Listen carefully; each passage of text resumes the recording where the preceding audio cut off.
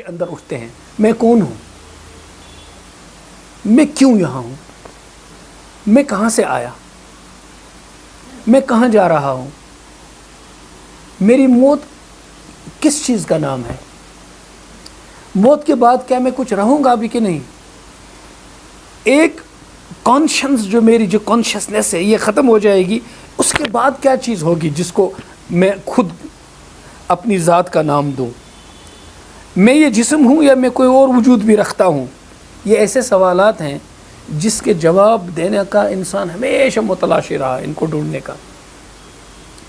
ان سوالات کو انسان نے خود ہی ڈھونڈا، تلاش کیا، خود ہی اپنے من کو بھانے کے لیے جوابات نکالے، اسی کا نام مذہب رکھا.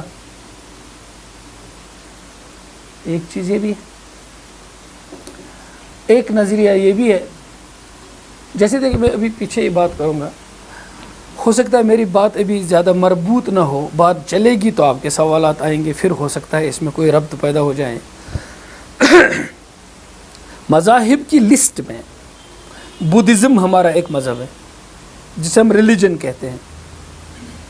اگر یہ ڈیفینیشن مانتے ہیں کہ مذہب اسے کہتے ہیں، ریلیجن اسے بولتے ہیں جو کسی نہ کسی آل پاورفل ڈیٹی کے ارد گرد گھومتا ہے، کسی معبود کے ارد گرد گھومتا ہے، کسی خالق کے ارد گرد گھومتا ہے. تو بدھزم فلاسفی آف لائف تو ہو سکتا ہے، ریلیجن نہیں ہے، کہ اس میں سرے سے کسی خالق کائنات کا تذکرہ ہے ہی نہیں. اور خود گوتم بدھا سے جب اس کے ڈسائپلز نے کہا کہ اب آپ ہمارے لیے کیا تجویز کرتے ہیں، ہم سے کیا نصیحت ہے، انہوں نے کہا کہ میں تم کو کوئی چیز نہیں بتانا چاہتا ہوں، جس طرح سے میں اپنی روشنی پر پہنچا تم کو بھی آزاد چھوڑتا ہوں، میری طرف سے کوئی پرسپٹ نہیں ہے تم کو. یہ بات میں نے خود پڑھی نہیں ہے، البتہ ایک بدھسٹ پروفیسر کے لیکچر میں بیٹھا تھا، ان سے سنیے. ان کا غالباً اس لیے یہ کہنا زیادہ تھا، انہوں نے سٹرس کیا کہ دوسرے مذہبوں میں جو بانی ہوتا ہے مذہب کا، وہ پھر اپنی ارشادات لوگوں کو کرتا ہے کہ دیکھو یہ مذہب ہے، اس کے یہ اصول ہیں، اس کے یہ ضوابط ہیں، ان پر چلو.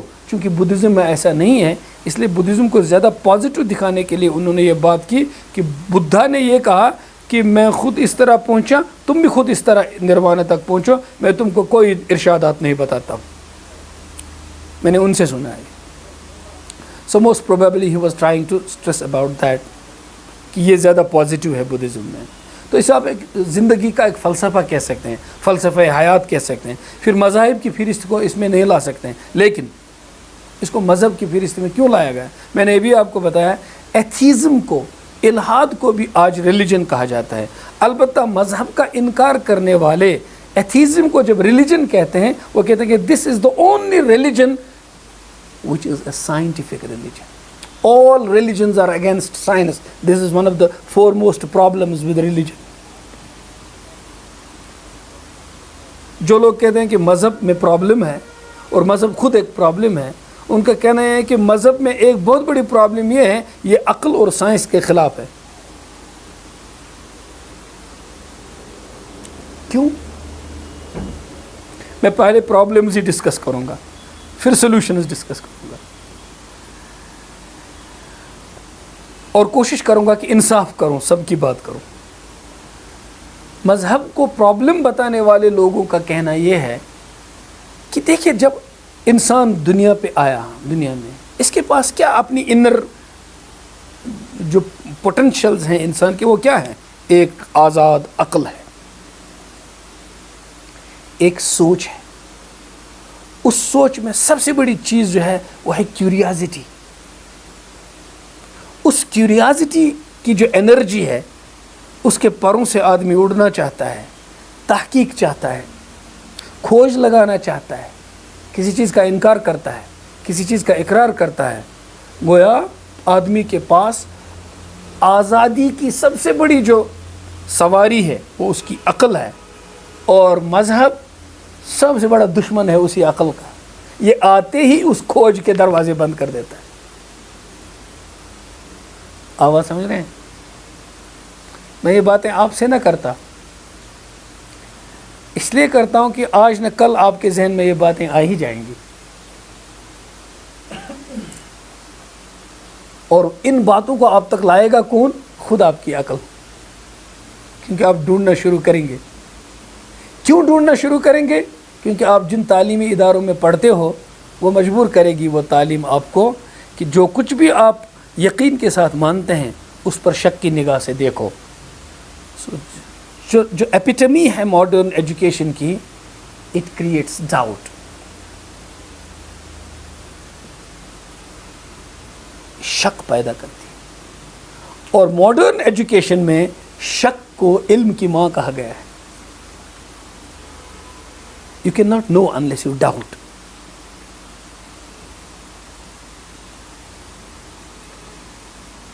میں اس لیے بھی یہ باتیں کہتا ہوں کہ اگر میں بات وہ کروں جو ابھی مجھے کرنی ہے، صرف اسی بات سے شروع کروں، تو آپ ضرور کہیں گے کہ ایک مولوی صاحب بات کر رہے ہیں، دنیا کا پتہ نہیں ہے کہاں پہنچ گئی۔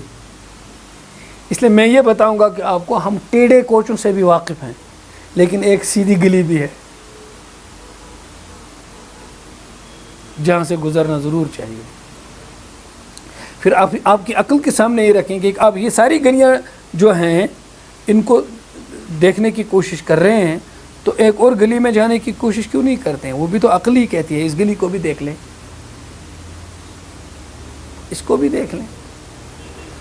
تو لوگوں کا کہنا ہے کہ یہ سب سے بڑی پرابلم ہے مذہب میں، کہ یہ آدمی کو اس سوچ پر تالے چڑھاتے ہیں، یہ مذاہب جس سوچ کو اللہ تعالیٰ، یہاں تو اللہ تعالیٰ کی بات نہیں ہے، ہماری زبان پہ ایک دم آئے گی، جو سوچ انسان کی اپنی ایک ایسا سرمایہ ہے جس کی بنیاد پر یہ تمام مخلوق سے مختلف ہے اور آزاد ہے اور تسخیر کائنات کر سکتا ہے اسی عقل کی بنیاد پر۔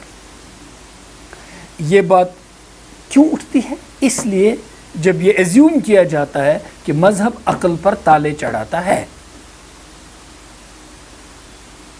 جب یہ ثابت ہوگا کہ مذہب عقل پر تالے چڑھا دیتا ہے، تب یہ پرابلم بالکل جسٹیفائی ہوگی کہ پھر مذہب پرابلم ہے۔ اس بات کو آپ نوٹ کریں، یہ ایک مسئلہ ہے۔ دوسرا مسئلہ، اس کے لیے میں پہلے ایک کہانی سناؤں گا۔ کہتے ہیں میری گفتگو کتنی لمبی ہونی چاہیے؟ آپ اس کو پھر بعد میں پارٹس میں بھی کر سکتے ہیں اگر زیادہ لمبی ہو۔ مجھے ابھی لگ رہا ہے کہ جہاں میری گلیاں کھل رہی ہیں گھنٹوں تک چل سکتی ہے بات۔ بھوک تو نہیں لگی آپ کو؟ چلیے، پہلے میں نے سوچا آدھے گھنٹے تک گفتگو کو ختم کروں، نپی تلی بات کروں، لیکن اب مجھے لگ رہا کہ اب وہ کمرے میں کمرہ کھلتا جا رہا ہے۔ ایک آدمی گیا ڈاکٹر کے پاس، اس نے ڈاکٹر سے کہا، ڈاکٹر صاحب مجھے احساس کمتری ہے، انفیریورٹی کمپلیکس، تو اب میں کیا کروں؟ ڈاکٹر نے کہا میں کچھ ٹیسٹ لوں گا، آپ سے انویسٹیگیشن کروں گا۔ تو انہوں نے کچھ ٹیسٹس کیے، اس کے کچھ پوچھا، کچھ بتایا وغیرہ۔ تو اس کے بعد تھوڑی دیر کے بعد ڈاکٹر صاحب آئے اور اس پیشنٹ سے کہا I will give a good news, but at the same time I am going to give you a bad news too. Good news یہ ہے کہ you don't have any inferiority complex at all, کوئی ایسا کمتری نہیں ہے، چلو عیش کرو۔ اچھا بیڈ نیوز کیا ہے؟ کہ بیڈ نیوز ہے کہ یو آر انفیریئر۔ احساس کمتری نہیں ہے، آپ کمتر ہو۔ تو احساس کمتری کس کو ہو جاتا ہے؟ یہ کوئی احساس نہیں ہے، آپ برتر نہیں ہوتے ہیں اور احساس کمتری ہو جاتا ہے۔ احساس کمتری اسی کو ہوتا ہے جو خود کمتر ہی ہوتا ہے، ورنہ اس کو احساس کمتری نہیں ہوگا۔ تو اب ایک مذہب کے کھاتے میں ایک پرابلم اور ڈال دی جاتی ہے کہ it makes you guilty conscious.